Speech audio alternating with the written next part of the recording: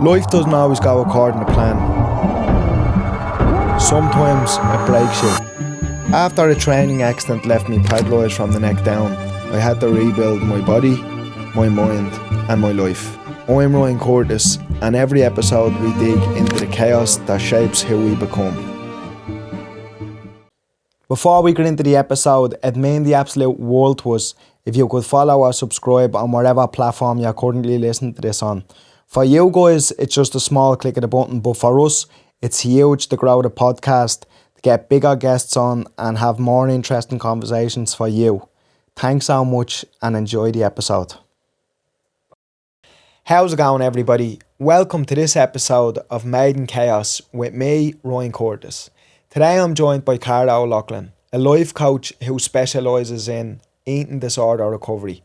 On the surface, eating disorders are often seen as being about food or body image, but in reality, they're often about control, identity, and coping with things that feel overwhelming underneath. In this conversation, we're going deeper than the surface into why these patterns start, why they're so hard to break, and what real recovery actually looks like beyond what people see online. Cara, what led you into working specifically with eating disorder recovery? Well, from the age of 15, I had an eating disorder myself. And I think throughout my recovery, I thought the only reason I got this eating disorder was to be able to help other people. And I was working at the time, before I started working in eating disorder recovery, in a school. So I was teaching in secondary for about 11 years. And I hated it. I was miserable. I think I really wanted to teach people who actually wanted to be taught. And it was a private school, it was a great school, but they didn't want to be there. Do you know what I mean? The kids just didn't. Yeah. So it took I got pregnant with my third baby, which to my husband's dismay. But anyway, we figured that out. And I thought, okay, this is my chance to leave teaching. So it was COVID, and I'd been working with my own coach for my eating disorder, and I was recovered but not fully free. But then having the third baby and then going back and doing coaching really gave me the push and kind of that final bit of freedom. And you had an eating disorder coach since you were kind of younger, or when did that come along? Well, when I was 15, my mum died actually. And the night my mum died, I picked up my first eating disorder behaviour. Now, I always had the personality traits like the perfectionism, the super sensitivity, the type A personality. So, looking back now, it was going to happen. But I always say it takes one of a few things to happen. Either something said to you the wrong way, or there could almost be like a trigger. Exactly, a trigger, or a breakup in the family, or somebody close to you dying like me, or abuse, something like that.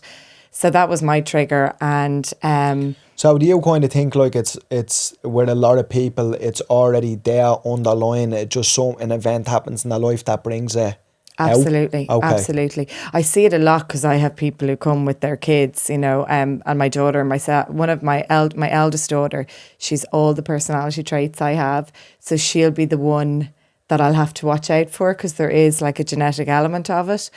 But yes, do you think it's hereditary in it? There is a genetic predisposition to it. Now, how big it is, nobody knows, and it can be different depending on the child itself.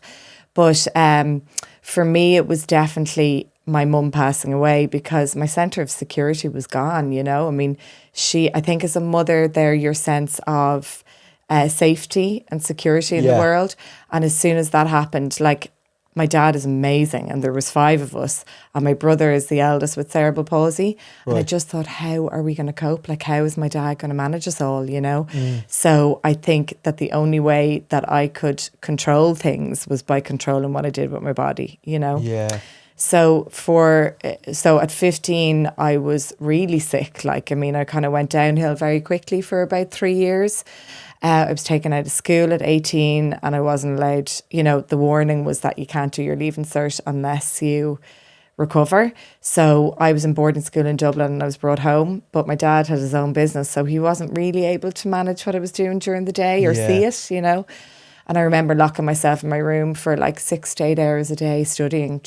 I had blinkers on. I want to get this amount of points.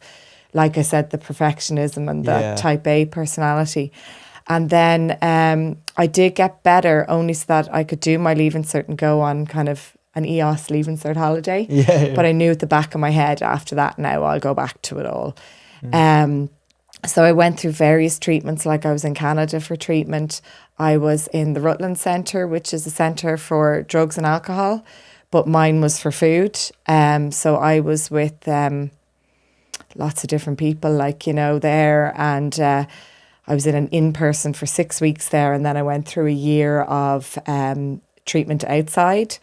But it was kind of one step forward, two step back, you know, all the time. Yeah. The anorexia was pretty strong then, but it's very hard to maintain just anorexia. Like for me, not for everybody.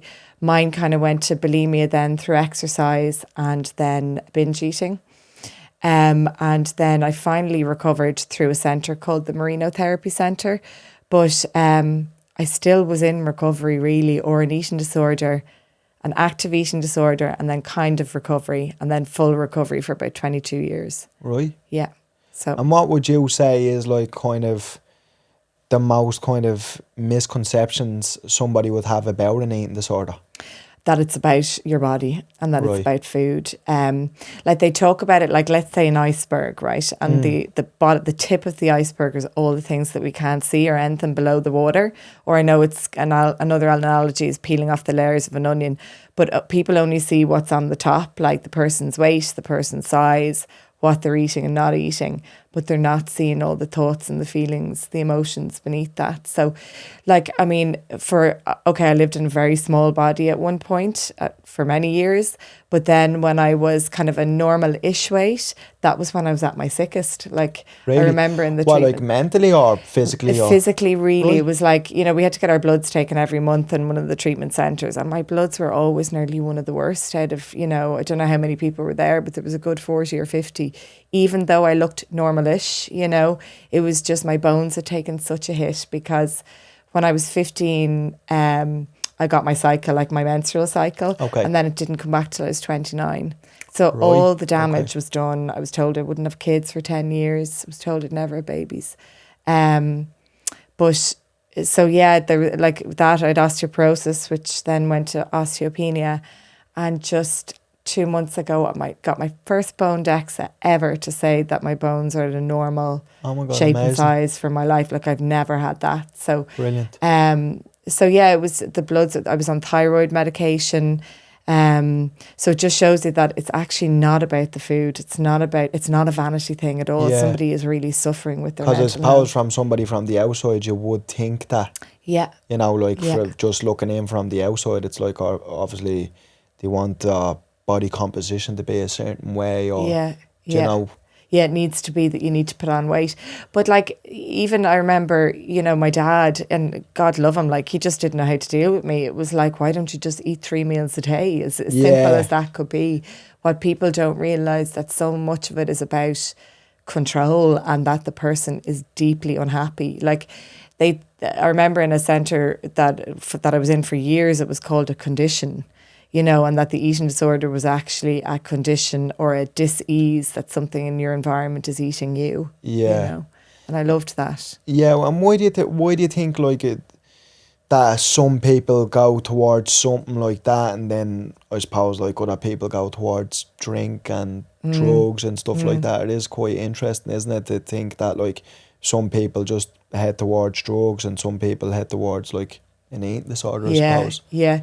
Well, I suppose that you could choose any of them. And Yeah. like there is a lot of overlap. Like I'm down in a running group down in Greystones, and like some of them have come through a centre of, you know, alcoholism and drugs. And there is definitely an overlap. They'd even say that with the kind of exercise. Do you know what I mean? But I chose an eating disorder, and in some ways I think, gosh, I was lucky I chose that. But then it has the highest mortality rate of Yeah. all the mental health Yeah, because disorders. I was so saying that because I was saying, like, I was reading somewhere that when you have an eating disorder, it's like one of the hardest things to kind of Yeah. recover from. yeah, like I say, and I always say this to clients now, is that so an alcoholic, they go into a bar and they can't have a drink, or they just stay away from a bar. Yeah. Whereas you have to eat every day. Yeah. You know, it's Yeah. and like I even say to clients now, you can never go on a diet again.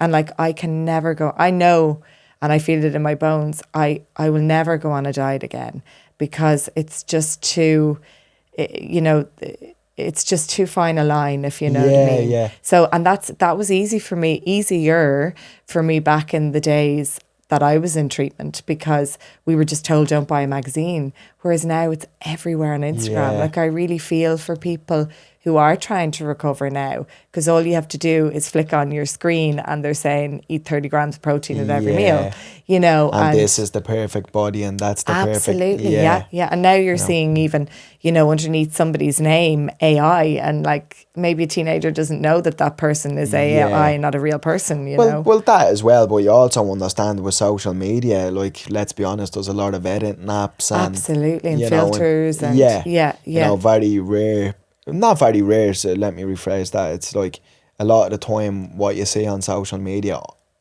isn't always actually what's real. In a sense, like, you know, because it's everybody looks, not, let's be honest, nobody's sharing a photo of themselves when they look shit. Yeah, exactly. Do you know, that's the reality. If it's a shit photo, you're probably not sharing it. Yeah. Do you know, because nobody wants to look bad, I suppose. Yeah. You know, but then especially like I do notice, because I have a little daughter and she's 5, and I do kind of be conscious about when eventually now, or ideally would like to keep her off social media for as long as possible. But one day when she's eventually on social media, there's definitely going to be like, I'm sure she's going to be comparing herself to other women and things like that, you know. Which is obviously really difficult. Like, was there any certain kind of age ranges when you were in the treatment centres that you used to notice was more prominent, that you would say? Well, even now, like the age kind of like, let's say 12 to 15 is really common because of hormones as well, like both in girls and in boys. But when I was in Canada, it was young 20s and kind of early or late teens, you know, that kind of 16 to 20.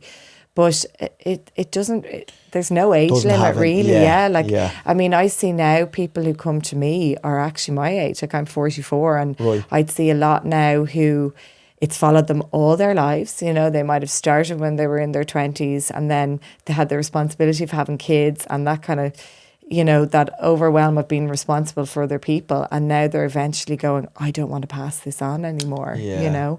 Like it really, for me, the times that it got the strongest was when I couldn't deal with my emotions. And I remember there was this, and it's in kind of recovery and therapy, you'd hear it, it's an acronym called HALT. So you ask yourself, am I hungry? Am I angry? Am I lonely? Am I tired? And for me, it was HALT O. The last one was overwhelmed. I used to always kind of restrict or overeat or over-exercise when I felt overwhelmed. So another kind of thing for me and for many people is that our boundaries are absolutely shocking. Like, you know, that people-pleasing and wanting to make sure everybody is happy and great around me. And then it's like you come last, you know. And I think it was a very much learned behaviour as well. Like my mum was a complete martyr, you know. And I often wonder, is that how she got sick? Because she put everybody else ahead of herself, you know. So that's something I've had to learn in recovery. And the more I've learned that in recovery, that's when the food behaviours started to reduce, is when I was actually working on what are my needs, not what are everybody else's needs. You're just more conscious about things. Because I think it's you can only really address something when you're conscious about it, you know what I mean? Because when you're doing things subconsciously, it's a little bit difficult to address things like that, isn't it? Yeah, true. You know, it's from your experience, what's usually going on underneath the surface for someone struggling? It's feeling not good enough, really, and not worthy. And, you know, when I teach a lot of yoga, we'll probably get into that. But, you know, when I say to people at the end, what's your intention, or set a sankalpa, it's called a little affirmation for yourself for the next week or going forward. It's usually I am enough exactly as I am. And I think that's the one, it's the core belief at the very bottom I found for me of the eating disorder, is that everybody else is better and I'm just not enough. And I think again that related to if I had, and I can't say that if mum was still around that would have changed. But the fact that it was the day she died that I picked up my first behaviour. Strong indicator. So I think that I'm not enough to make her stay, Yeah. like I'm not enough to feel secure in the world now. Do you know what I mean? So I think it's definitely like I think a lot of issues. Because we actually had a guy on, Brian Penny. He was actually a heroin addict for 15 years. Yeah. And he went and got a PhD in neuroscience. Unbelievable guy, but like we were talking about how a lot of the time it's actually not the drugs, it's underlying issues or some trauma from the past. Yeah. It just seems to be a kind of recording theme with people who kind of get addicted or certain things like having some sort of disorder. A lot of time it's actually not about what the disorder is. Yeah. It's about just trying to get to the root cause of it, but it's so difficult, I suppose, isn't it? Yeah. Like when, especially like even you being 15, I'm sure you probably weren't even too conscious of it could have been something else as opposed to you actually, like, I don't know, you could tell me if I'm wrong, like when you were going through the eating disorder when you were 15, like did you think it was more about the food at that point, or what way did you think about it at that point? Like, I think, was I deeply unhappy? I'm trying to think. Like, it was just before my junior cert, so I was putting myself under that pressure of mum was a teacher and she would have wanted me to go back like a week after her funeral. And we did, like, to boarding school. I think it was as well that my dad now would be very connected to his feelings. Like, he's amazing. Like, he's our idol. We just can't believe how much he's done for us and how much he was around for us. But then, having said that, I'll never forget the day she died. We were all in his room. And as I said, my brother was born with cerebral palsy, and it was very much like he wasn't meant to be born that way. Yes. He was left without oxygen for 2 minutes to the brain. So there was a lot of blame on my mum's part growing up. We lived in a religious house, you know. But I remember the night she died that the 4 girls, there's 4 of us, were lying on the ground, and Andrew was in the bed with Dad, and he was crying his eyes out, and we were like, just be quiet, don't get too upset because we need Dad to mind us. Like, we were afraid that he wouldn't be okay minding all of us because there was so much on his plate. Yeah. So I think we shushed ourselves. Don't let your feelings be heard. Don't upset Dad in case he gets upset. So then that was my way. The eating disorder was very much for relief, Yeah. Like, it did become about body, absolutely. Then I always lived in, I don't love saying overweight, and and I know that there's different words for it all, but I always lived in a very slim body, like I did. But in school, like, I would have had no chest, and everybody was said fried eggs or whatever. So I always kind of had that I'm not good enough in me anyway. But I do still think that it started off trying to relieve a feeling, and that feeling of sadness and trauma, like you said, and the not knowing. So it gave me control. But then once I started to get the comments, oh my God, you're so thin, or you look great, or whatever it was, it was like, I want more of that. I'm being noticed, Yeah. So it sounds like it was a vanity thing, but it wasn't. It was feeling my place in the world, I guess, Yeah, you probably felt like saying when people were commenting about, like, oh, you actually look great, and your body is so nice, and that was your way of going, like, oh, if my body is a certain way, like, I'll probably be accepted, or I'll feel accepted, or whatever, And I recovered a lot, like I did. I actually recovered. As I said, I was told that I wouldn't have kids for about the guts of 10 years, I was told. So they put me then at 29 on HRT to try and get the cycle back, and it did work. What is that? What is about the eating disorder that kind of would cause that, like the lack of menstrual cycle? Yeah, it was the lack of food, really. Right. Like, I wasn't taking in enough calories for. So basically what happens is, have you heard of the fight or flight before? Like, let's say somebody's running from, we always say the same kind of thing, a tiger, and it shuts off the systems in the body. So the first thing it shuts off is your digestive system.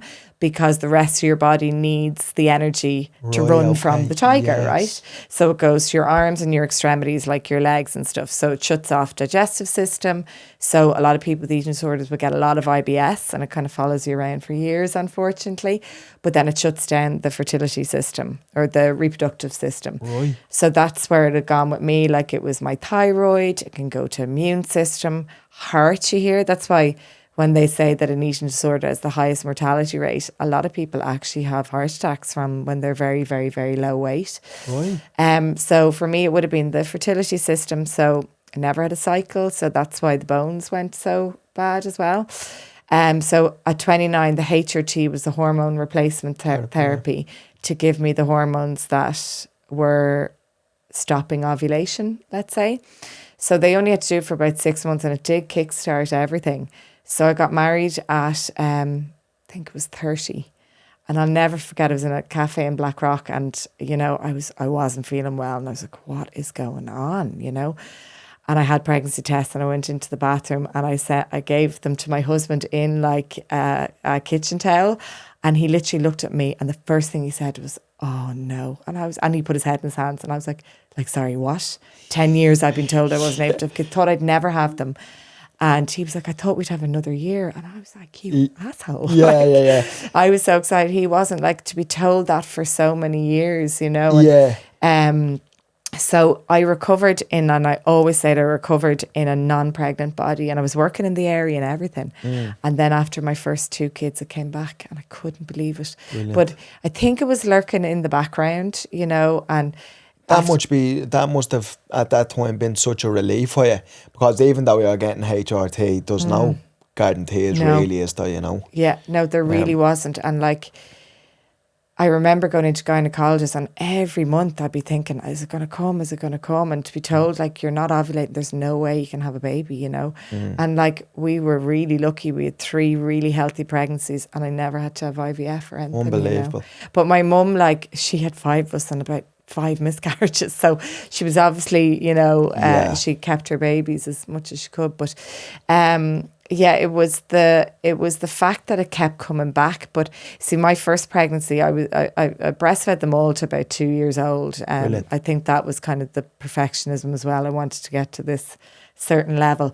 But I lost a huge amount of weight on the first baby. Like, I had a primary hemorrhage. From breastfeeding, do you think? I don't know. I think it was. Doesn't breastfeeding burn a lot of calories in the body? I think on the first it did. I think I wasn't used to, my body wasn't used to the amount that was required that she was taking. Because it burns a lot of calories, it does, doesn't it, breastfeeding? Yeah. And then it wasn't a primary hemorrhage, I had a secondary hemorrhage. So a month after I gave birth, my husband was sleeping downstairs, and I was bringing her into the bed and everything. And I woke up and I was like, there's blood everywhere, like clots all over the floor when I was going to the bathroom, all over the bed, in the shower. And I shouted down to him, and he came up and he said it was like a crime scene. Right, yeah. So they felt like there was a tiny bit of placenta or fingernail left in the womb.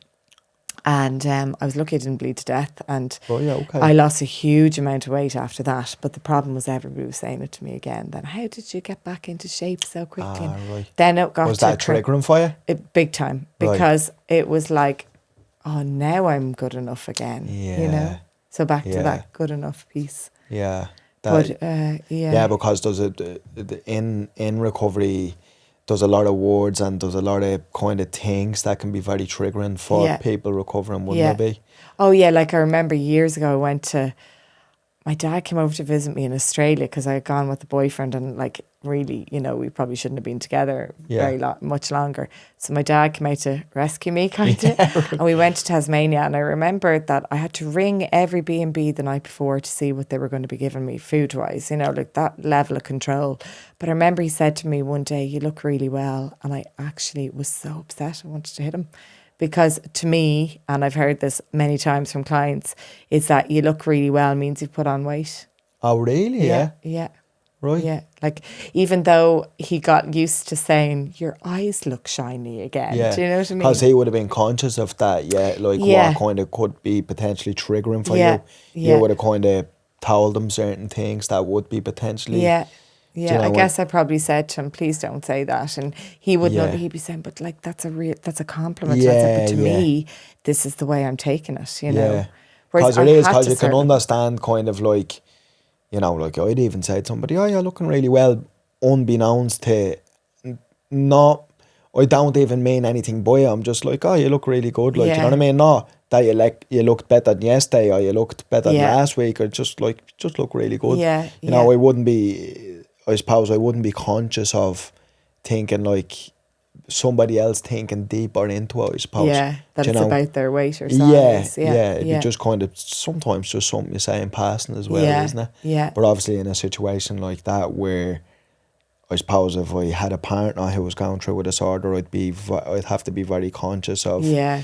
what. And look, nowadays we don't know who is. Like, I have friends who are on diets and stuff or whatever and have lost weight, you know, and for the most part I don't say anything to them because I know Yeah, it's feeding into it.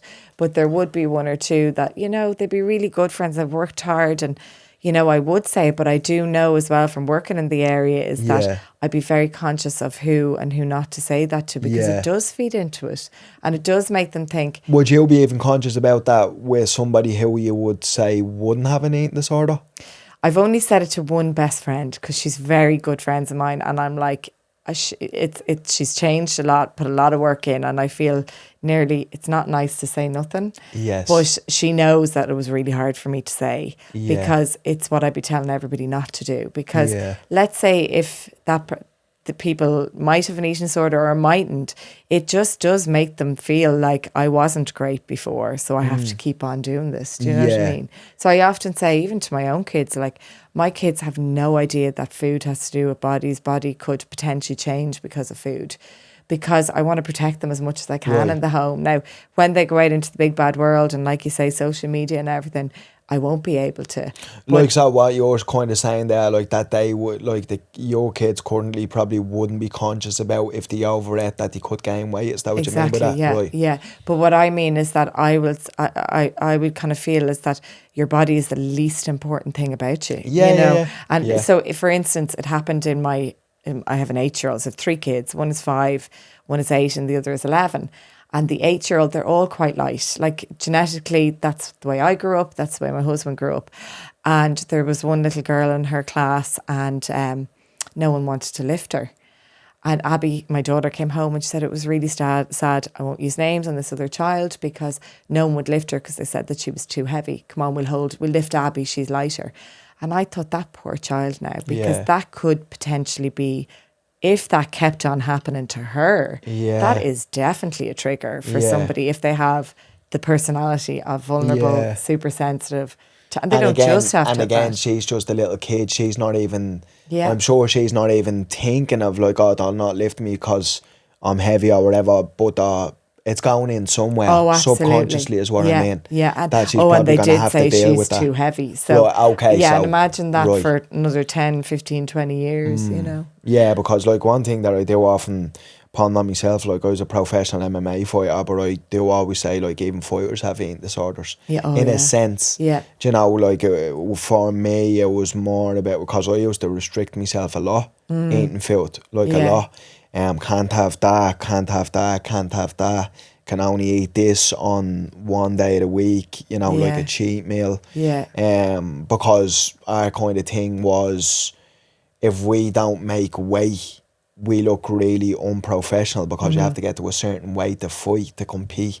You know, because say for instance, like my weight used to be 57 kilos and the other guy was 57 kilos. Yeah. So if I didn't get the 57 kilos, I couldn't compete, because I suppose you have a weight advantage, so Yeah. it's not fair on the other person. But yeah, I actually always used to remember thinking, like, you know, I was conscious of it. I was like, oh, we all actually have eating disorders, and I'd actually say it to people in my gym and stuff, like, do you know what I mean? It probably wasn't about like certain things, because I suppose I'd probably think like it wasn't really necessarily about control for me at that point, but there was definitely consequences if we didn't make weight. We lost money. Yeah. You know, we weren't allowed, because of, say for instance, I weighed the weight was 57 kilos, and that's the weight that we signed the contract for, and that's the weight that he agreed, I agreed. Yeah. And then I come in at 60 kilos. Well, now I have to forfeit some of my fight purs to him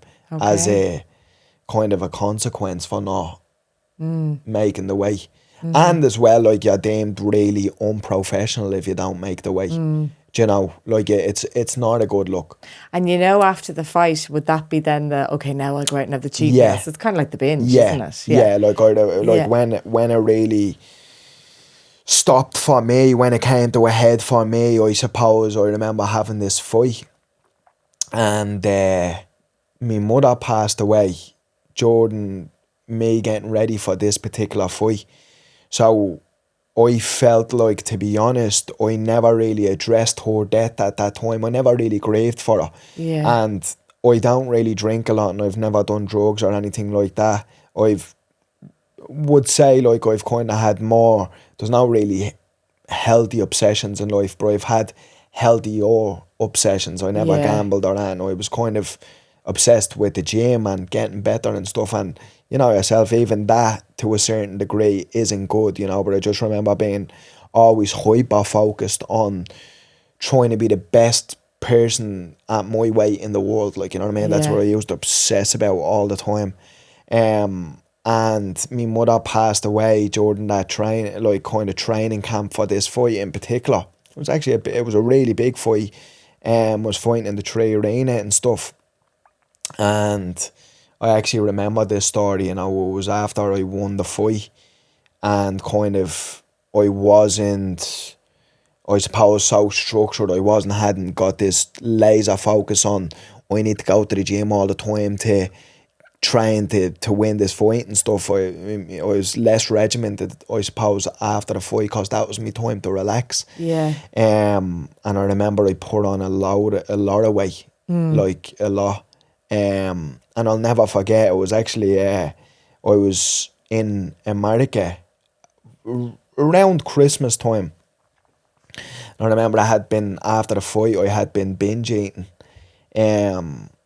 And I'll never forget, it was like there was some mornings I was waking up and I was having pizza and ice cream for breakfast and stuff. Yeah. You're in America, and I'll never forget one of the kids seeing me and recognised me from fighting and stuff, and they asked could I get a photo. But Yeah. I remember being kind of, me weight being a lot heavier than what it would normally be. Mm-hmm. And I'll never forget, like, he's only a little kid, you know, but as he was walking away, like, he kind of said, like, oh Jesus, like, he's really out of shape, isn't he? Or so yeah. he said that, and like that, he's just a kid, like, he didn't Yeah. really know. Yeah. And I kind of was conscious that I was at that Yeah. time. Yeah. Do you know, and I kind of suppose that I never, after that, it kind of really haunt me a little bit, you know what I mean? Because I also knew that I was at the doing it. Do you know, like, as in putting kind of on extra weight and stuff like that, you know. And yeah, I kind of never kind of done it after that, you know, to that level, because I was conscious about it then, and I was conscious about how it made me feel. But I suppose at that time, that was probably just, I gathered after that, I kind of said to myself, maybe that was more just about me grieving for my mother, and Yeah. just, I could imagine I was like slightly depressed, and that Yeah. was me kind of like my addiction at that time, was because I remember I kind of even used to be at that point like eating for the sake of eating, like eating out of boredom. Yeah. Do you know? Yeah. And food is such a comfort, isn't yeah. it? Like when you say about your mum, like it really is filling something, filling a Yeah. void. Like you said, it could have been drugs, it could have been alcohol, you know. Yeah. So Yeah, it was. I just remember that time, and I don't know if it was like, it was like definitely comforting. You know what I Yeah. mean? Nearly like, Yeah. I don't know if it was like to a certain level or whatever, but I just remember after then I became conscious of it, and I was like, Yeah. oh, Yeah. that really probably wasn't good in a sense, you know. Well, they say as well that all the behaviours are different sides of the same coin. Like, so if you are restricting, it's it's very hard to restrict forever. You're going to flip coins sometimes, sides, you know what I mean, and start binging. And I think everyone accepts the restriction. Like even now with Ozempic, which we might get onto, but no one accepts the binging. Like it's so shameful, isn't it? It's just, it's awful. And especially me being an athlete and, you know, because that is another thing as well. Image is important. Like it's like, because even with the kind of kid, that's obviously he didn't mean that by it, but I was like, I remember the first kind of like one of the first thoughts I had in my head is like nearly like, oh, he's right, like you are a role model in a sense, you know what I mean, and you should look a certain way. You shouldn't have let your body get like this, you know, which I can understand why I was thinking that, but it probably wasn't the healthiest thoughts to have, you know. It just shows though, doesn't it, the pressure on everyone, like you know, the social pressure on everyone to look a certain way. To have like this certain image of this is a good image and this is a bad image. Do you know? But then I suppose like where do you draw the line with it as well? Because I don't think I was like, I want like probably not trying not to use the word obese, but like I was definitely a lot heavier than what I had typically been. And then I suppose if I continued to get heavier, that probably wouldn't have been good for me either. No, I think, you know, like what the area that I work a lot in now is kind of more around intuition and intuitive eating and intuitive movement, is that we've become so used to listen to everybody else. And because I'm in the wellness area and there is, have you ever heard of orthorexia? No. So it's an unhealthy obsession with eating healthily. Unhealthy obsession with eating healthily. And it's not on the DSM records of an eating disorder yet, but it will be, or it's coming that way. Because there is now such an obsession with health and such an obsession with wellness, is that it's the real sneaky one. And to be honest, it was the longest for me to recover from, is that everything had to be pure, like clean eating. Organic. Everything is, you know, counted and steps and all of it. And it is everywhere, like, you know, and whereas years ago, we didn't have that to contend with as well. But like, I think what I'm trying to say is that there's so much noise that's external to ourselves. Like if I'm always following a watch or following people are on FitnessPal or Chronometer or whatever, I'm actually not listening to my body. You know, how can a watch or how can an app tell you how much you have to eat in a certain day? Like, dependent, some days you'll sleep loads, some days you won't. Sometimes, you know, it can't tell where a woman is in her cycle or whatever. So I think if we shine the light back on ourselves and can actually just slow everything down and really listen to, well, what works for me? What do I need in this moment? Like we know when we're thirsty and we drink when we're thirsty. But not everyone eats when they're hungry. You know what I mean? So I think that a lot of it is like you probably never would have got to very obese because it's not in your DNA. You know what I mean? And also if you were to sit back and listen and to see, well, which one is when I'm hungry and when am I eating just for emotional reasons? And everyone eats for emotional reasons. Like otherwise you wouldn't see movies with people eating at ice cream when their husband or whatever, their partner breaks up them, you know. So like food is for comfort, it's for joy, it's for fuel, and it's for emotions, you know. But it's when it tips into one of them too much. Yeah, because I definitely know even with myself, you know, it does like certain, you know, I especially after that time I tried not to yo-yo up and down a little bit because I actually would, that was another element of fighting as well, was now's your time to eat because you're at the restricting yourself. So now's the time to eat all them foods that you really wanted to eat at that time and you couldn't. You know, so obviously after that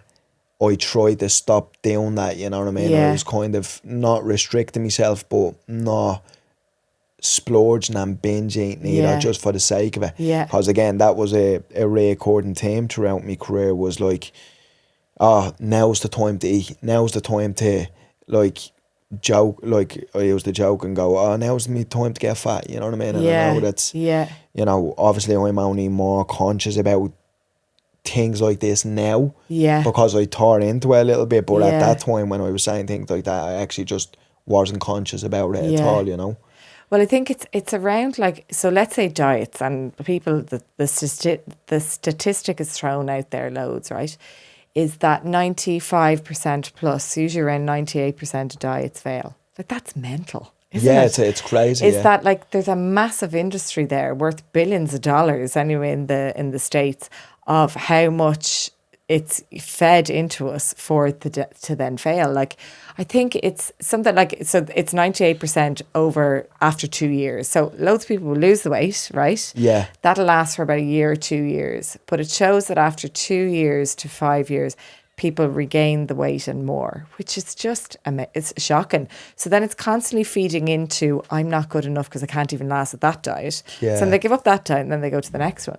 So it doesn't work. Like, we all have what's called a set point theory, right?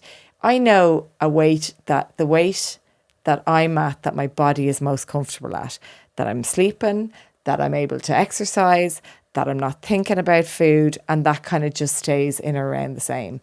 And any time that I've gone back, back in the past, the food noise becomes so big. I'm sure it happened to you as well, that obsession with what I'm eating, how many calories when, and like the weight might go down, but it goes back up to where you're meant to be at, either through binge eating or through going, oh, fuck it, I can't keep this going. So it really is about normal eating without any of those external apps and everything. So what would your like kind of idea of eating kind of well, if you want to say like so that? it is different for everyone. I know, like, I do run a lot, right? And I teach a lot of yoga and tennis, so I'm very active.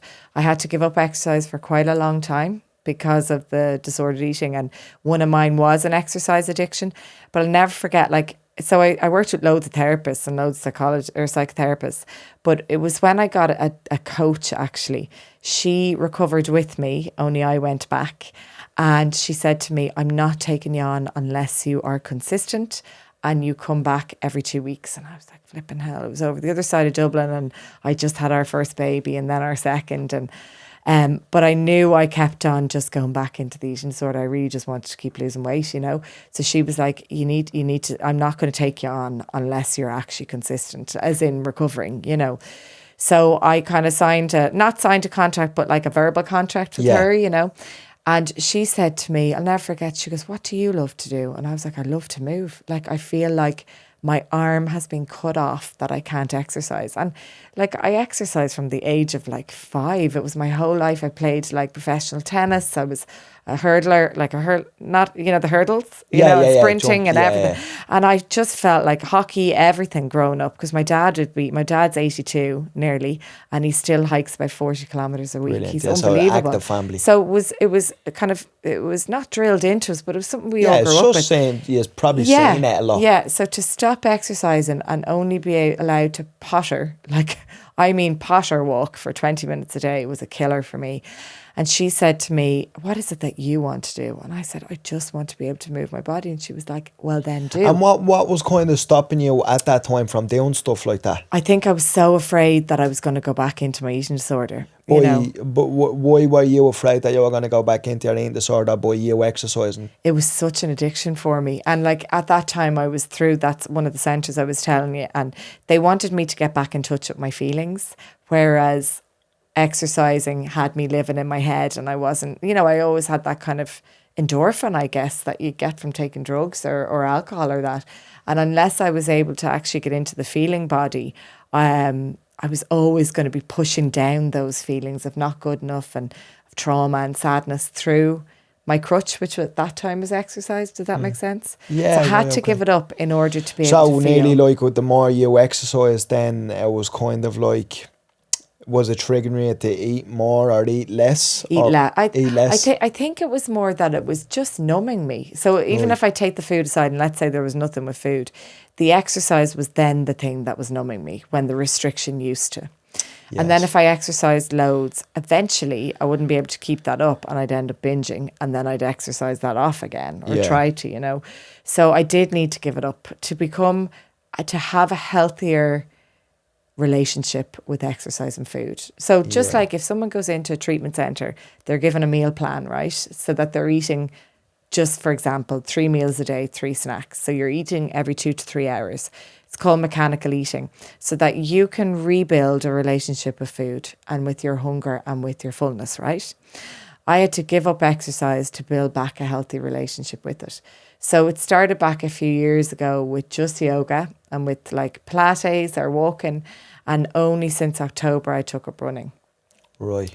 Because I think I was just scared of an obsession again. You know, now even though I'm fully recovered and I like I've work in the area of clients and everything, I just hadn't come back to doing that. Do you ever feel triggered with your clients a little bit just because you probably would see yourself in them a lot when you were struggling? No, do you know, one thing is that working as a coach, and I remember my coach had said it actually made me become fully free and recovered. Oh, really? Okay. Because it showed me how far I've come. I could see I think that's why I actually fully recovered, was that I worked with somebody who had the same brain as me. Yeah. You know, she knew when I was talking bullshit, you know. And actually the treatment centre I went to, Merino Therapy, they all Where had is recovered. that? It's in Drumcondra. Oh, okay. Yeah, right. it's brilliant. It's Absolutely in brilliant. Dublin, right. Dublin, yeah. And they did used to do in-person groups on a Saturday and a Tuesday. That was brilliant, like with other people with eating disorders. Everything is kind of online now. But working with people who had an eating disorder is what helped me. Like you could work with somebody and they're brilliant. They're trained and they're experts, but they've never lived in the brain that you have. They don't know what it feels like to be able to restrict. They don't know what it feels like to binge and like take 4 days to come out of that because you can feel your face bloated even though it's not, or your rings tighter. You know what I mean? And with your clients and such, and even just the eating disorders in general, what is like some of the most triggering things for them, would you say? Like whether that be like settings or words being used or... I do think social media, I really do, because, you know, one of the things I would say to people, one of the first things we talk about is like their family history. Like, let's say, what was food like in your home? You know, usually what does come up is that they saw something with their parents, like the mother was always on a diet or Weight Watchers or whatever, one of these Slimming World programs. They might have been brought to themselves from the age of 13. They were the people usually that are living in a bigger body and the mother wanted to control their weight. And I see that all the time. Again, like what I said earlier, maybe a trauma. But I do think social media is a massive one. And it's one thing that I tell people, you need to clean up your feed. If you're going on your social media straight away, like I do school talks as well, and I'd ask the group of fourth years, let's say, what percentage of your feed is around somebody's body and gym and aesthetics? It's like over 85%. Yeah, I'm sure it's a lot.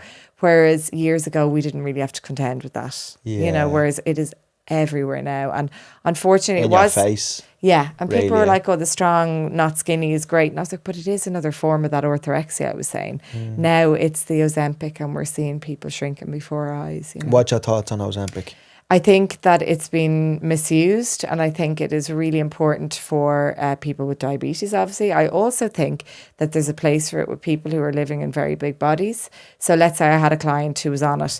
She was taking up 2 spaces in an airplane. She had done the gastric bypass surgery. It hadn't worked. So it just shows you about how emotional an eating disorder is. Hers was the other way, like binge eating, and also her whole family was a bigger size. They were from America, and her whole family would have been living in a larger body anyway, so genetically she was kind of disposed to that. Do you think that's sometimes more of a cultural thing though as well, because like it's kind of a stereotypical thing with Americans, isn't it? And, I know. do you know, I don't mean to say that, but it's true. No, you're like, right. You know, you are right. Like, let's say I just came back from Portugal. I was there for 3 days and they're all tiny. And that's a cultural thing too, you know. Well, or they in would France. I suppose, they tend to eat a lot.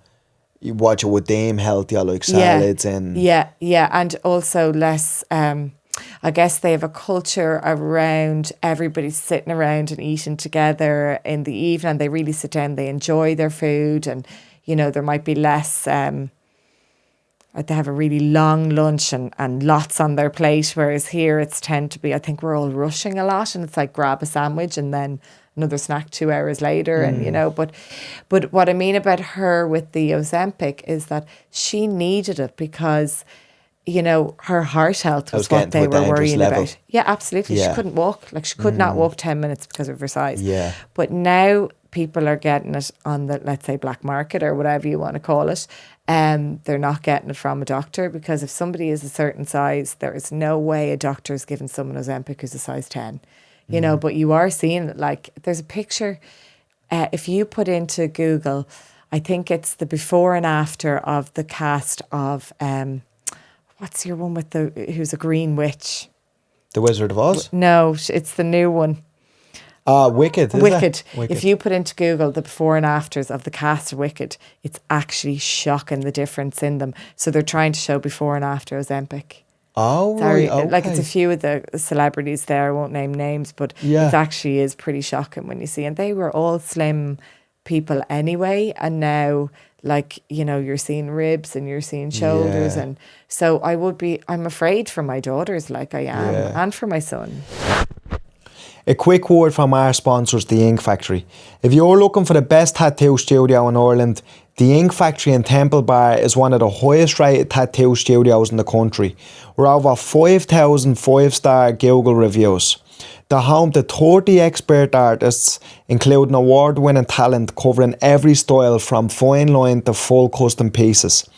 They also offer professional piercings from just €25, including jewellery. So whether it's your first tattoo or your next one, you're in safe hands. Visit www.theinkfactory.ie or follow them on Instagram and TikTok at The Ink Factory. Do you think like it goes in stages as well? Because like definitely more in the early kind of 2000s with the likes of a Kate Moss. And exactly. People Or like the that. 80s. Like, do you think it's kind of coming back to that, like, because there was kind of a time where there was like the perfect body is like the curvy body would have been more recent than now. It kind of seems like it's going back to like the 2000s almost, where the perfect body is that kind of thinner. Yeah, and you see, like it's just, it shows you how cyclical it is. Like in the 60s, let's say, that would have been the case, you know, wasn't a flower power and drugs, and, you know, I'm sure people were in the smaller bodies then. Then it went to the curvy Marilyn Monroe, maybe that was before. And then it was back to the skinny, and then it was the strong, not skinny. That's been the last 10 years, I'd say. And now it's right back there again. Yeah, it seems like it's gone. It's just as a culture, or as like human beings, are we happy in just the bodies we've been given? And that comes back to that set point thing, is that we're just fighting against our biology. Yeah. And do we want to, I always say to people, so one of the first questions I ask them when they sit down, I'll say, do you want to feel like this at 80? Like, do you want to bring this eating disorder to your grave? You know, or would you like to be able to... if you even make it. If you even make it, absolutely. Or do you want to be worrying about a scone at that age in their 70s? And no one ever says yes. Like, of course. You know what I mean? And, you know, I know, isn't there the 5 wishes of the dying or something like that? And I think one of the things they say is not one person ever says, I wish I was thinner. Yeah. I'd say the thing that, like, if I kept going the way I was, I know the thing I'd say is, I wish I didn't spend so much of my life wasting. Yeah. You know, wasting it worrying about my weight. Like, you know. Yeah. I'm so lucky. I feel like one of the lucky ones, because like when our first child was 2, I actually had a stroke in my neck. And it was definitely a part of the disorder, let's say, I feel, is that my sister was coming over from the Cayman Islands. She's 4 kids now, but she only had 2 at the time. So I felt that overwhelm I was saying about earlier. She was staying with us, and I was trying to have everything perfect and, you know...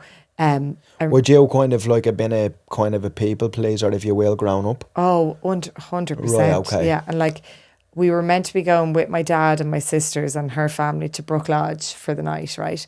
And it was about 7 or 8 in the morning or whatever. And I said, I'll just go down and do a little bit of Pilates in the morning.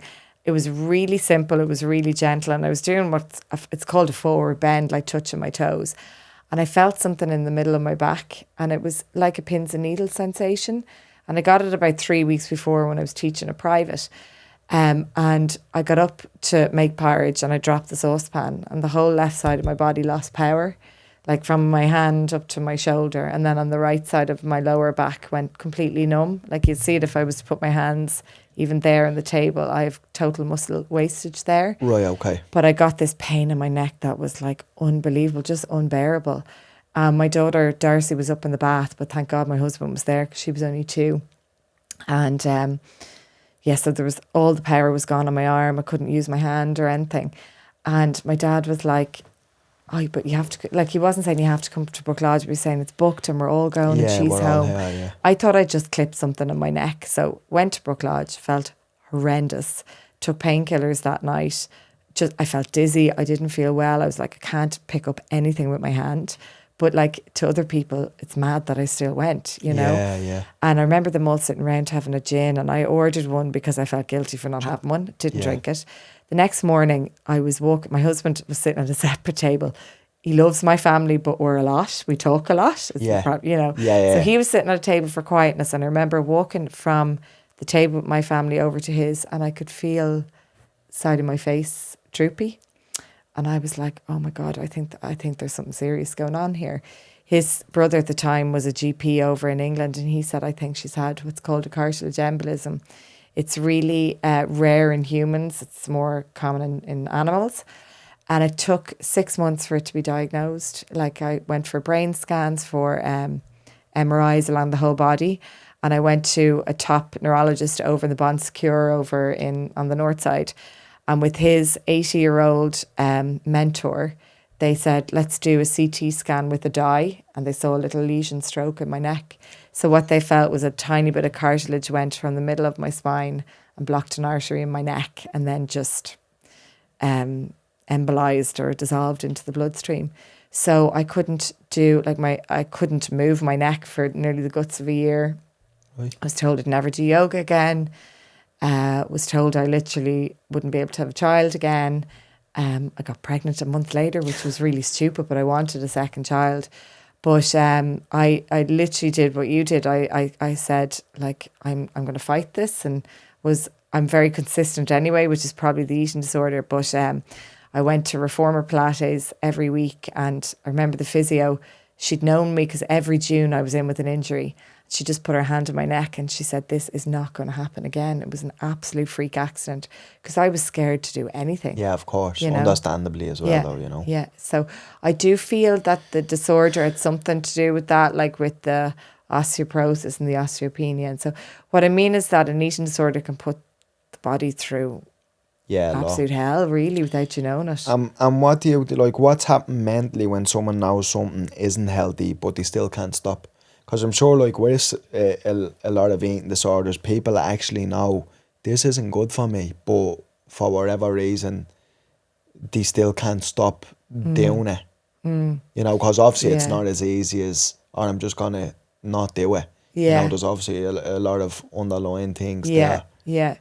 Well, you see, the mind just goes mental. And, like, if you think about it, it's a way of stopping the mind. You know, like, we have 3 things called thoughts, feelings and behaviours, right? And let's say the thoughts are the things that trigger the feelings, and the feelings are the things that trigger the behaviours. So let's say I'm thinking, I'm shit, I'm not good enough, that person has a way nicer body than me, right? So you're thinking negatively. Yeah. So then you're going to feel negative, like, I don't feel good enough, I feel crap.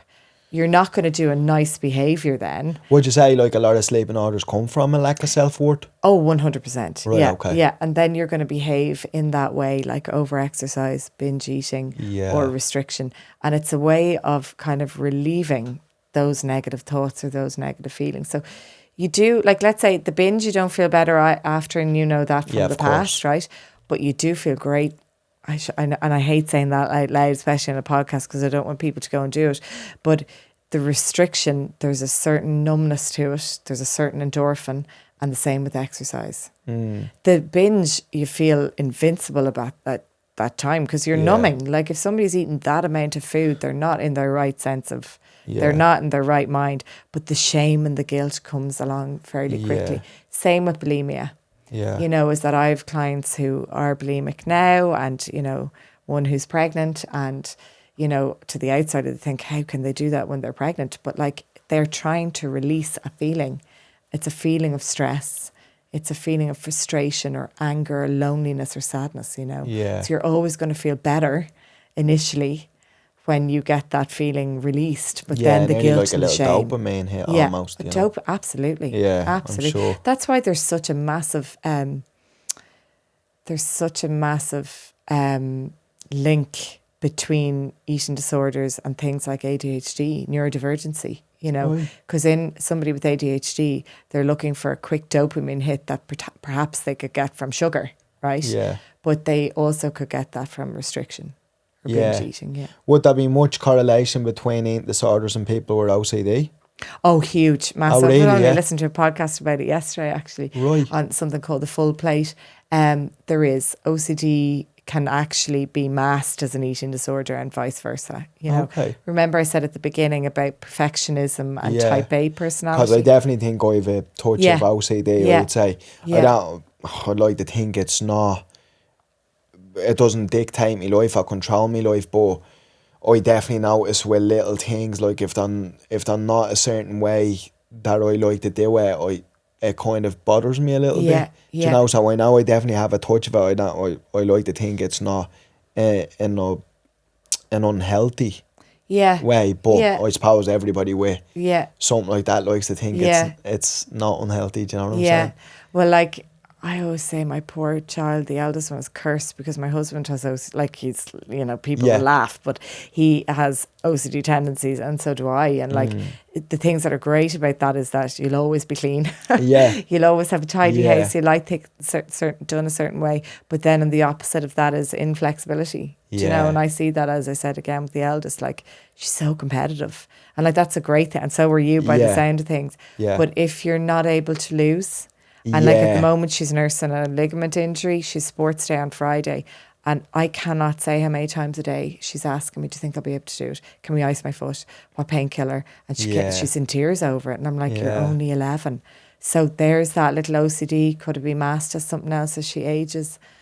I bloody hope not. Yeah, because my one kind of is like I have a place for everything. Okay. And if you take something from a place, it should always go back to that place. Yeah. I don't like to go looking for something and it's not where I put it. Yeah. Do you know, now that's one thing that I actually notice about myself. Like, do you know what I mean? I'm not really, in a sense, I have a coach I'm fighting, and you go to his fridge, everything is labelled, the labels are facing a certain way. Yeah. Everything's like nearly colour coded, Yeah.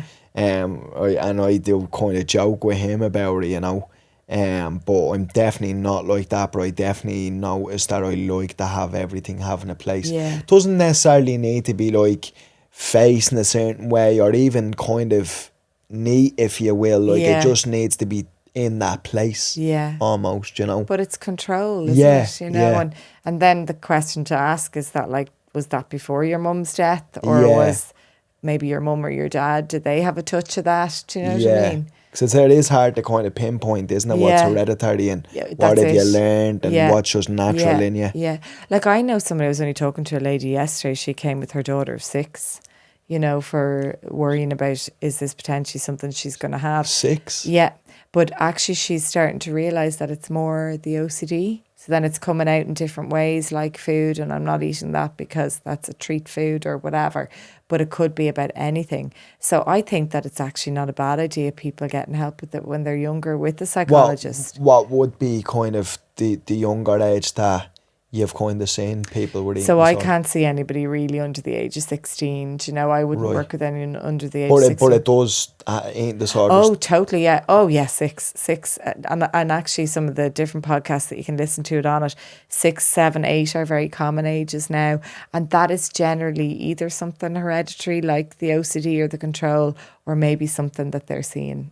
And is that just a kind of a personal choice for you that you don't go below that age? No, I think as a coach, I would send them on to a psychologist. Right, okay. Because they're very young, and it's really that you'd have to work with the parents. I would work with the parents, absolutely. Right, okay. Like let's say this lady came for one session, and I was kind of just pointing her in the right direction on how she can help with language in the house around food. I was going to ask you, would that be a thing when you would go get a client, you would hear the parents or somebody, maybe even a partner, say certain things, and you would be like automatically like, not red flag, but like that's a big trigger. Absolutely. Like I've done talks on raising intuitive eaters, so how in the home, like I do them on webinars, let's say, or online, and it's really about how can we reduce the conversation around healthy, not healthy foods in the house? How can we leave a child to have their own power and autonomy around food in their body?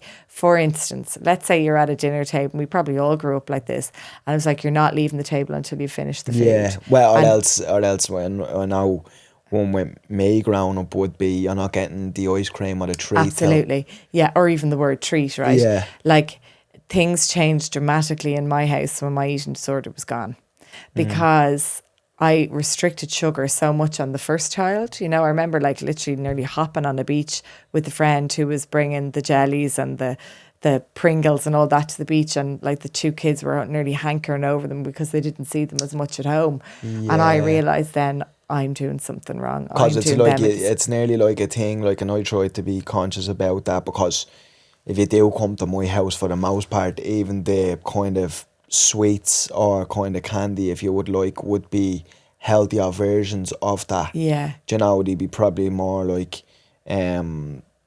muesli bars as opposed to like Snickers, or kind of lower calorie crisps, as opposed to like something like Hunky Dory's, and that'd be something like that I was conscious about with my little girl, because I never wanted her to be one of them kids who goes to a birthday party and then just starts going towards the sweet section and just going for it, you know. And look, it is hard, especially on Instagram now, and there's so much around it. But now what I do is that everything is in the house, and nothing is off limits. But so it's called the division of responsibility. It's up to the parent to provide what, where and when, but it's up to the child to how much or how little they eat. So let's say you're at a dinner table, and I often say this to people when they're like, but they didn't eat the curry. And I'm like, well, imagine if your husband was there and you had made a curry and your husband didn't want to eat the curry.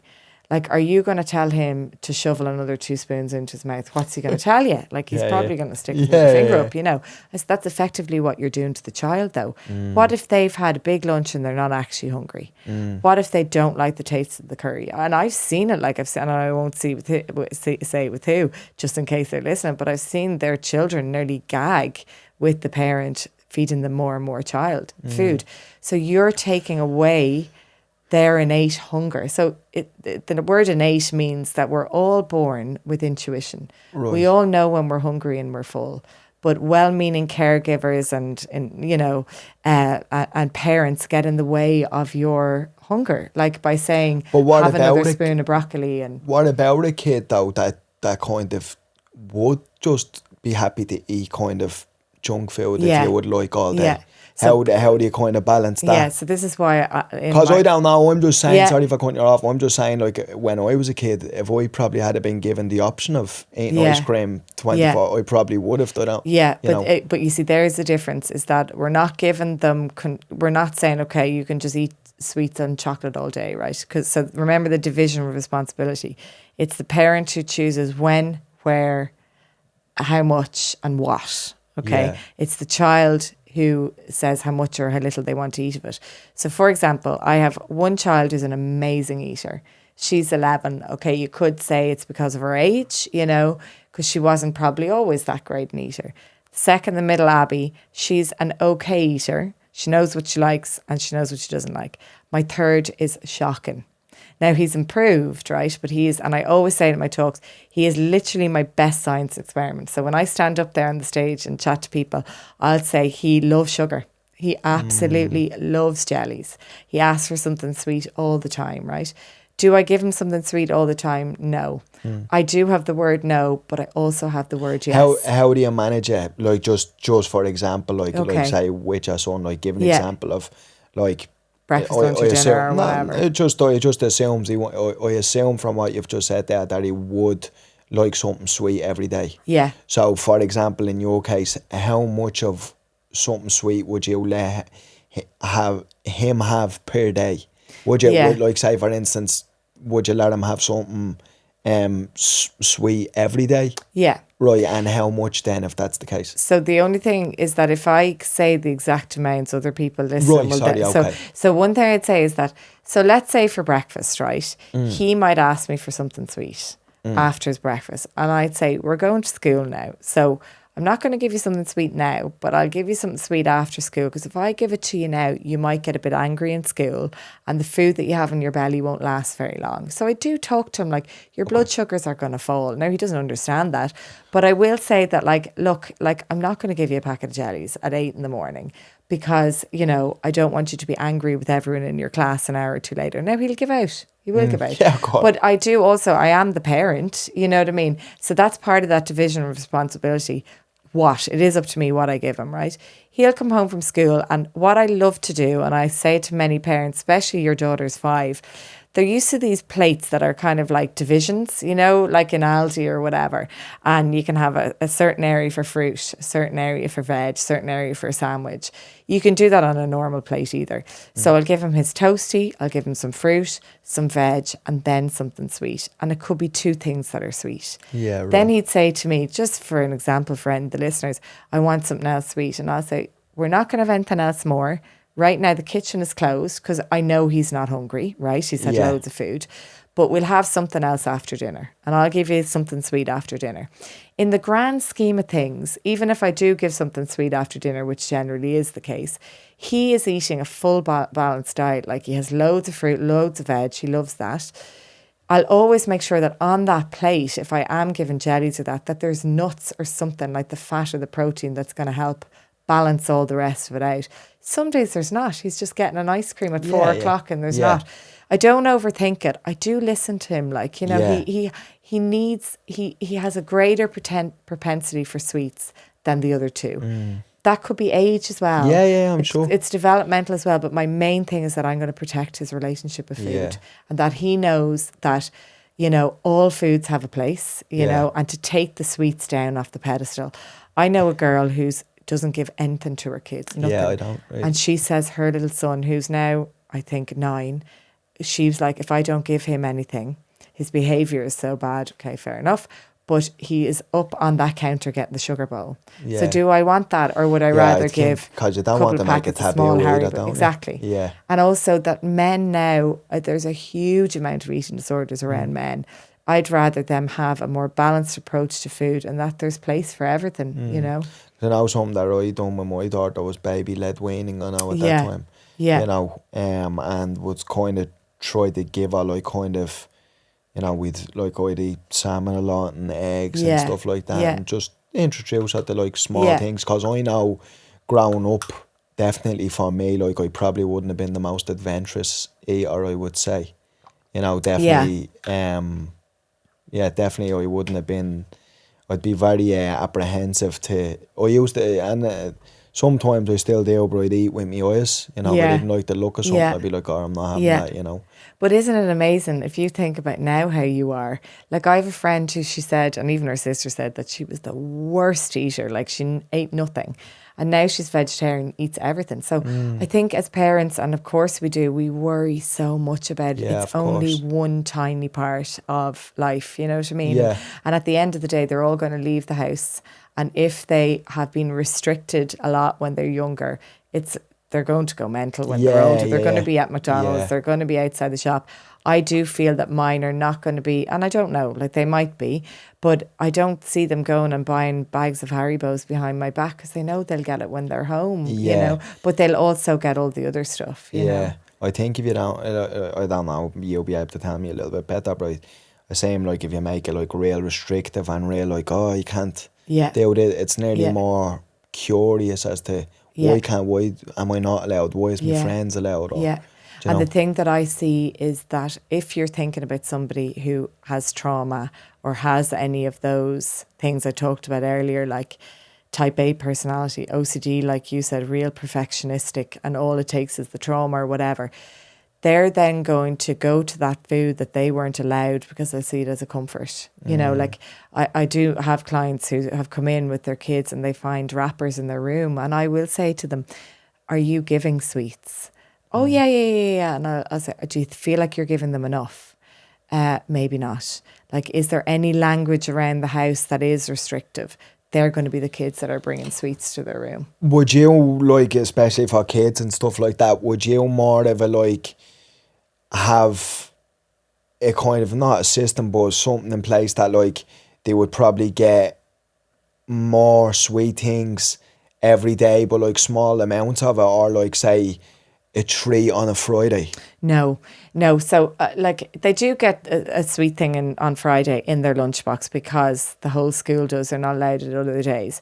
And I hear, like, loads of people say, oh, we're going for a treat Friday up to Auntie Nellie's or the sweet shop. Mine could get that on a Monday. Like, it's just, maybe it's because I came through it all that I'm just like, I see the disorders everywhere. I see the restriction and how it actually goes the other way. It's like, let's say if you have a 16-year-old, right, or an 18-year-old, and you say, okay, you're not ever having a drink, never having a glass. They're going to go out and have a couple of naggins. They are. Yeah. So it's in the intuitive eating. If anybody who does want to look it up, there's a wonderful book that was written on intuitive eating, and it is about, you know, it's very important that no foods are off limits, because when they're off limits, that's when somebody is going to overindulge in them or over obsess in them, and they'll use them as a comfort in the future.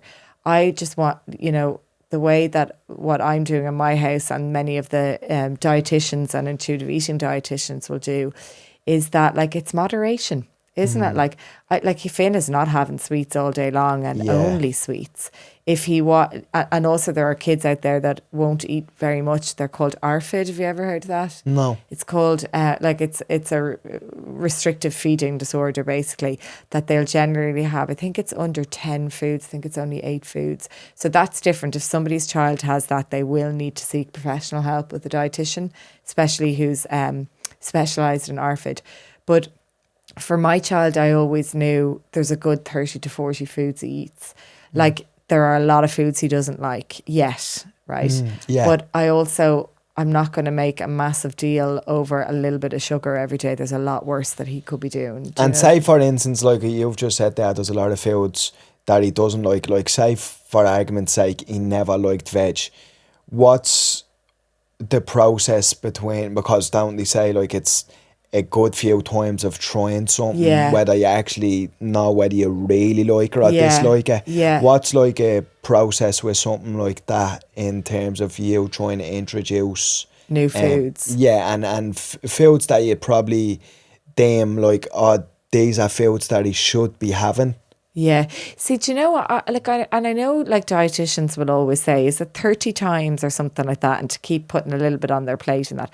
That never really worked with me, because it depends on your child. He'd be like, get it off my plate, I don't want that, or that's disgusting, you know. So, and I was like, God, this is a lot of hassle to go through 30 times for that. So instead I put it on the table so that he sees it. So they do say that, let's say if you have a child that is very restrictive or like doesn't like a lot of foods, to bring them shopping. Let's say it's a courgette, right? Is to pick it up, get them to feel it so that they've got that sensory thing. And to say, oh, courgettes are, you know, they're green and we can put them into a stir fry, and then you get them to help you in the cooking, and then they might not want it on their plate, so you put it on the table. It's called exposure. And then they actually see you eat it, right? But like, there's certain amount of that will work, I feel. And then there's a certain amount that is down to the child and actually developmentally and age, really, and time that they see it. Like, they see me eating all of that and he sees me eating all of that. But I still know right now he won't taste that courgette. Do you know what I mean? Now, it's in his bolognese and he's never said anything, and it's in his curry and everything.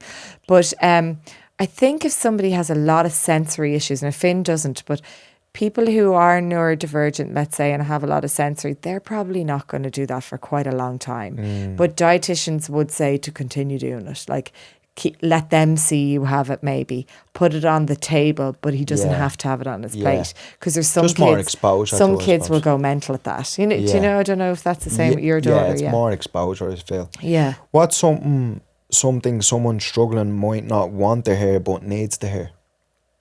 What's something that someone struggling might? You know, like, well, I suppose as well is that, like, let's say I had a girl in England who was only 16. Okay. And she really wasn't getting better, you know, and it really was out of my expertise. Like, as in, she was getting dangerously thin, and she had set with her own mother her own meal plan. And I was like, well, like an anorexic setting her own meal plan is just madness anyway, Yeah. right? So I worked with her for about a year or two, but just kind of talking things through with her. And I did say to her at that point, you absolutely need to have a dietitian now. You have to have a doctor and a psychologist. So she got onto a team called CAMS over in England. But when somebody is at a dangerous weight, or even who's just not budging, you kind of do need to tell it like it is. Yeah, that like intervene a this little. has the highest mortality rate. Yeah. You are going to have a heart attack if you don't cop on. Yeah. You cannot exercise. You have to be eating mechanically, like the 2 to 3 hours a day. Like that was the one thing that helped me the most, was the mechanical eating. And like what's mechanical? So that, remember I was saying that somebody you would start in a meal plan of like 3 meals all the snacks, but not letting yourself go over 2 to 3 hours without eating, you know. Yeah. And everything, like everybody's body is so different. Mine is kind of like that still now. I'm a person who works way better on meals and snacks. I can feel my kind of nervous system, like I can feel my fingers get a bit shaky. So we all just have to figure out what works for us and not listen as much to the influencers on social media, you know. Yeah, there's like with the whole Ozempic thing and the influencers, yeah, would that be kind of something that you'd be more worried about with your own children and just even clients and people who you know? Yeah. So the thing is, you're never going to compare yourself to somebody's body that you don't want. Right, Yes. so you're never going to listen to what they're doing in a day, but you are going to compare yourself to the people whose body looks amazing that you do want, and all those what I eat in a day are just so dangerous, you know. And how do you find that balance though about like kind of eating well and kind of like, say for instance, like wanting to get into like good shape, if you will, do you know, because I definitely noticed I felt better in myself when I was like what I deemed in shape, and me being in shape might have been a lot different than somebody else. Like I just noticed that obviously because I had to make a certain weight, which is like it probably in its own right wasn't too healthy, but when I would have a 6-pack and I looked good and do you know, like that kind of, I did feel good when I was like that, you know. The one thing I'd say is that now correct me if I'm wrong, it's to really go into that is that, okay, I felt good. Yeah. You felt you looked good, right? Yeah. But then if you start to think back, there's a saying I'll never forget. It's like, do I want the brain that went with that body? So, for example, were you sleeping really well? Were you constantly thinking about food, or were you not? Were you able to go to a restaurant with your family and just have a pizza? Yeah. Or were you thinking about it after? Because then the question would be, did you feel good just because of what you look like, or did you actually feel good in yourself and in life? You know, that makes sense, because to be honest, at that stage, I'll tell you truthfully, like when we would be going out to restaurants and stuff, I wouldn't be able to just order what I wanted. Yeah, and Do you how know? is that then sustainable till you're 80? Like, Yeah. So I'll give you an example. Like, I don't want to say the number of calories because that can just trigger somebody who is listening. Like, there's so much when I'm on my own page now, is that I'm like, God, I need to be careful what I put up, because that would have triggered me years ago. Yeah. You know, you'd be surprised, the brain, like, you know. Yeah, of course. But as I remember, I was on a certain amount of calories that is really kind of advertised now, or before Ozempic anyway, right? And I was I was a low weight, like a much lower weight, right? And you could see like you said, the 6-pack and all of that, and I that would have been like, if I looked back, I was like, if I wasn't thinking now about that's not the brain I want, though, is that I would have thought, oh God, I felt really good in my body. I could have put anything on. I was really small, blah, blah, blah. But like, I wasn't sleeping. I had horrendous headaches.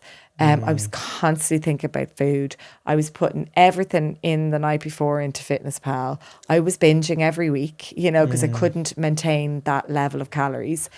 So really, was I feeling my best? You know what I mean? Yeah, I understand. That's kind of a question to ask. And also, like, we have to remember, is bodies change. Like, I'm 44 now. I've had 3 kids. You know, my body doesn't look the same as it did 10 years ago. It doesn't look the same as it did 5 years ago. It's not going to look the same in 5 years, you know. But so there has to be a certain level of acceptance with that. You know, but definitely. I think agree, at the moment with aging and the beauty standards and everything, we're being hit with that even more so, you know. Well, it just seems to be like, you know, it's almost shameful to age now. It seems Yeah, like yeah, everybody's getting surgery. Even yeah, more yeah, men are getting yeah, surgeries now, yeah, which wasn't a thing in the yeah, past. yeah. And the You same with know. to gain weight, Yeah. is that people are ashamed of it, whereas it's back to that set point is that everybody has a set point of weight, give or take a couple of pounds, that their body is the most comfortable at, Yeah. that their mind is the most comfortable at. And I think that's the most important thing, is that our mind is quiet around food and exercise, is that it's just a part of who we are. It's not the full part. And Yeah. if it's becoming the Just full an part, aspect. that's Yeah. going to, like, an eating disorder is very much progressive. Unless you get help, it doesn't get better. It doesn't, it actually Yeah. gets worse. Yeah. It's the do you notice the kind of more like, because you touched on earlier on about men getting eating disorders, Yeah. that would that not have been something too much that you would have seen in the past? Not as much. Like, I remember in the school I worked in, remember I was saying I worked in a private school, and Yeah. like rugby would have been a big sport there, and like things like creatine and that were not allowed, and like the rugby coach would have taken it back then, like protein powders, whereas now it's everywhere. Yeah. Now I'm not debating creatine, because I know there's a huge amount of science around Yeah, how it's very research, good yeah. for the brain and for Yeah, yeah. women's brain. But what I mean, back then, all of those kind of supplements that are so normalized now would have been taken from the lockers and that. Nowadays, the obsession with kind of, is it bigorexia, and men in the gym, it's massive. And like, I'm not saying it's a negative thing, but like years ago, people would have been able to go out and have a pint and have a laugh with their friends. Now people are drinking less and doing more drugs because of calories. You know what I mean? Yeah. So again, I'm not debating that people are spending more time on their health than that, but I do think there's more of an obsession around Yeah. it, which I don't deem as healthy. Yeah, probably, and not to say that like genders, but it would kind of be more of a thing where stereotypical women would more kind of care about what they look Yeah, like, yeah, as opposed to men. I'm yeah, not saying men don't care about what they look like, or women obsess over what they look like. I'm not saying that at all. I'm just saying stereotypically in the past, yeah, women would have been more about image than men, but now it seems like men are more and more men rather are obsessing over image and yeah, what's the perfect body, and yeah. this guy has a certain look and muscles and things Yeah, like and that. like you would remember, I'm sure, from being in school, like I see lads in the gym and they'd, be like, what you'd say, scrawny or whatever. Yeah. And when I come out of teaching yoga, because one of the classes is in a gym, I'm like, oh my God, the amount of teenagers, like the amount of 16-year-olds that you wouldn't have seen before. And a lot of people would say, well, but isn't that healthy? And I'm like, well, not if they're in there a couple of hours every day and they're trying to become a size that they're probably not naturally meant to be. Yeah. Like, I was in a sauna. I do love saunas, and there's Yeah, loads saunas down are where great, we yeah. live. Yeah. Yeah. And I was in there with a guy in his 50s. Like, I only knew him from down in Grayson. We weren't there together. He was just there at the same time. And these two young lads come in that were GA players, right? And like, this is just an example of it. It's hard not to eavesdrop, isn't it, in the sauna? Yeah, of course. But they were talking about a podcast they'd been listening to, and they were like, oh yes, I'm going to give up coffee because the podcast was saying that it's not good for your nerves. And listen, I was like, Jesus Christ, only 19, like, Yeah. And then we all got chatting anyway, and I was like, how come you're giving up coffee? And they were saying why.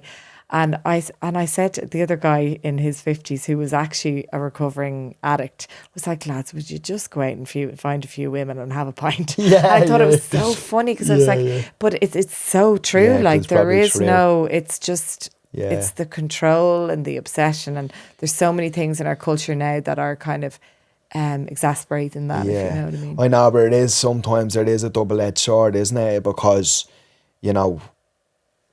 it's difficult, isn't it? Because it's not healthy to be obsessed and be in the gym for that amount of hours a day, but a lot of people do have addictive personalities, and if they're not in the gym and not doing something like that, yeah. are they out taking drugs, or are they Yeah. out partying, or are they out gambling? Yeah, Do I know that's what you kind of mean. one thing that I do think, because I definitely think that I've definitely had unhealthy obsessions with kind of going to the gym, and I suppose like trying to be the best in the world at what I done, Yeah. But then, so because like I've kind of not beat myself up in the past about it, going like, God, I don't know how healthy that is.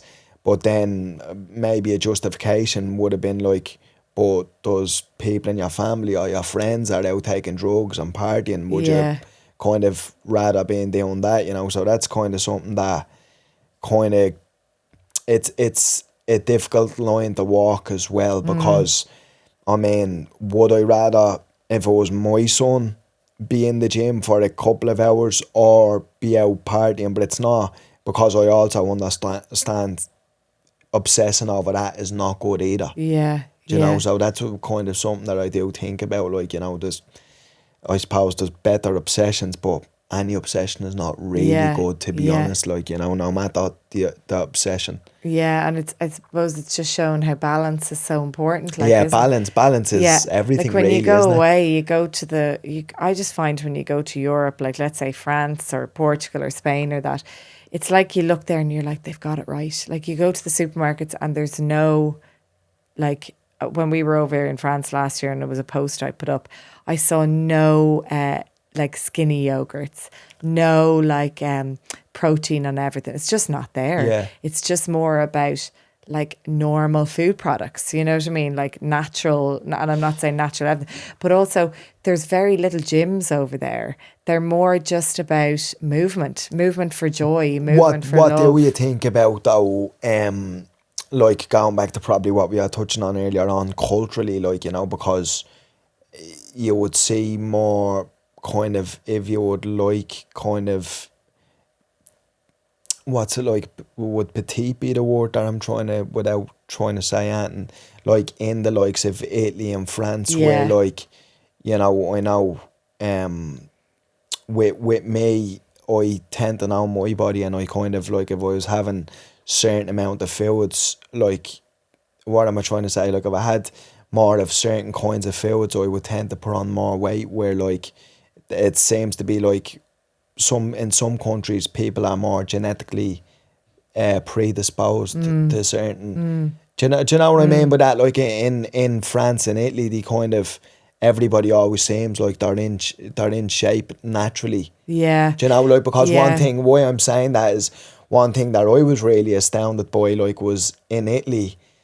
I'll never forget when I was there in Palermo, like, all they done every morning was drink coffee and eat cakes. And I'm like, in my mind, the first place I went into is like, how is everybody in good shape here? Because, do you know what I'm Well, you saying? see, I think culturally, like you've hit a really good point there, is that we've become so westernized, so Americanized, you know, that like we're either on a diet or we're overeating. Like there seems to Yeah, be so okay, much yeah, there's no. in Italy and France and Spain, like, and you know, obviously there's going to be people that have eating disorders there, and especially I think in Yeah. like the cities like Paris and that a bit more so. But nothing is really off limits. So they eat a certain amount that satisfies them. Like satisfaction is a massive part of how they eat. So they sit down. I remember in France last year, I was amazed looking at the beach. It would empty at 12 o'clock and no one would come back till 2. So they used to go up and have a full, long, leisurely lunch. They'd have they have the starter, they have the main, they have a little dessert. They just don't go, oh my God, I'm going to eat the whole dessert now because I'm not going to allow myself to have it for 3 weeks.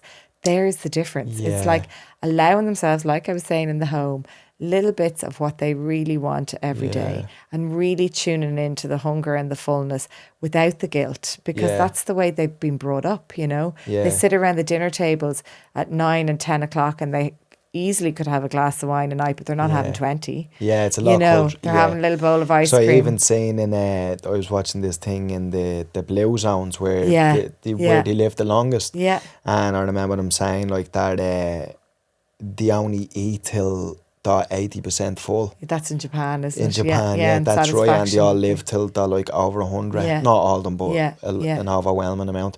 But I know we're in my own self, like, do you know what I Yeah. mean? And it's definitely probably some sort of underlying thing as well, even with me. But I'll be honest, like, if I'm having a dinner, like, it's nearly like I have to eat what's on the plate. Yeah. Do you know what I mean? Which I, even speaking that out loud, I know that's not good. Yeah, Do you know, yeah. like, it's like, I don't know if that was a thing, like, where growing up somewhere along the line, like, my mum was like, oh, you have to Finish eat what's all on your your dinner. plate. Yeah, Do you know what I yeah. mean? Even if it's like whatever is left, like, you have to eat it, you know? So, Yeah. but yeah, like, I just found a thing, because even with me, myself, like, I know I wouldn't stop eating until I felt full. Yeah. Do you know? Yeah. Like, and again, you know, I don't know if that's a cultural thing or just a personal thing, but I did find it amusing that they were like, oh, we only eat till like 80%. Yeah. You know, Yeah. hit that point where you're like, oh, I'm stuffed, Yeah. if you will. But if you think they're like they eat their rice, and in Italy you were saying they eat their pasta, they eat their pizza, you know, carbs aren't off limits. Like, can imagine Yeah. going low carb over there, they just won't do it. Yeah. Whereas over here, I do feel like we're following a lot around the UK and America, and there's a huge amount about dieting, and it's the dieting then that leads to the obsession that then leads to the I know, but overeating. then I suppose in America you would definitely kind of, America in particular, will say, you definitely do notice that they have some sort of crisis over there. Oh yeah. Also, Yeah. do you Yeah. know, Yeah. it definitely seems like anyway, Yeah. like, you know, with, like I've been to America and maybe I was later on, I got to America later on, not as kind of a long time ago, kind of suppose the first time I was in America probably would have been, I'd say, about 10 years ago. I never felt like the portion size, and obviously in some places the portion sizes are crazy, but I heard like stories previously that like the portion sizes a good few years ago were like Yeah. obscene. Yeah, I remember getting a sandwich before and asking for whatever was in a turkey, and it was like, you know, the turkey's about that size, like Yeah. just 6, 7 slices, and you're Yeah, like, it's like what? unnecessary. So Yeah, I'm saying like in places like that, it's a sticky situation, isn't it? Because it seems like in America sometimes they do need to be brought down a little bit yeah, because yeah, it's just it's and to be quite honest, when I get to America, I don't really tend to like the I like the food for a couple of days, yeah, and then I'm like, I'm done with this. yeah. It's very, Everything yeah, feels laced with sugar, and yeah, yeah. you know, I think it's really, all of this is really about finding like joy in the way that you eat and the way that yeah, you move, and like, you know, if eating a burger on a Sunday brings you joy, then do that. And if having an ice cream with your daughter on a Friday brings you joy, then do that, and trust that, because an ice cream just has to be an ice cream. It doesn't have to be 10, but it yes, will become 10 if you're feeling the guilt and the shame after. And it's like building a muscle. Like in eating disorder recovery, it's called habituation theory, is that the more and more you do it, the easier it becomes. Like, I started with having, I think it was a snack with a care worker, which was like a bit of dark chocolate and a cappuccino, you know, rather than a yeah, black coffee. I did that for weeks. Then it became a scone. I did that for weeks. Then it became having lunch with her. So it's just about, it's like building a muscle. Just the more yeah, and more you do it, the more and more you trust, you realize, well, nothing actually happened there. I'm okay. yeah, You know, so that's how I think, you know, if you've had anything obsessive in that way, it's just about trust, learning to trust yourself again. yeah. That makes sense. Yeah. Before we finish up, Cara, if someone is listening, is struggling right now but hasn't told anyone, what would you say to them? So if there's someone listening to this and they're kind of struggling with an eating disorder, Yeah. what advice would you give them? Well, I'd say the first step is reaching out and asking for help. And as I said, like, it is a progressive illness. To remember that is the highest mortality rate, and there is a genetic disposition. So if you have a child, or if you want to have kids in the future, to stop it now. You know, I'm so grateful I recovered, and I know that it's not the case for everyone. You know, it takes a lot of discipline. And to just find somebody that you trust. Like, you know, I'm sure you'll be putting up my details as well, Yeah, but yeah, it's to find someone you trust. And for me, it was somebody who had gone through it and walked the kind of steps, you know. But just to hear that everybody can recover. Like, if I yeah, recovered and I had it for nearly 25 years, everyone can recover, you know. yeah.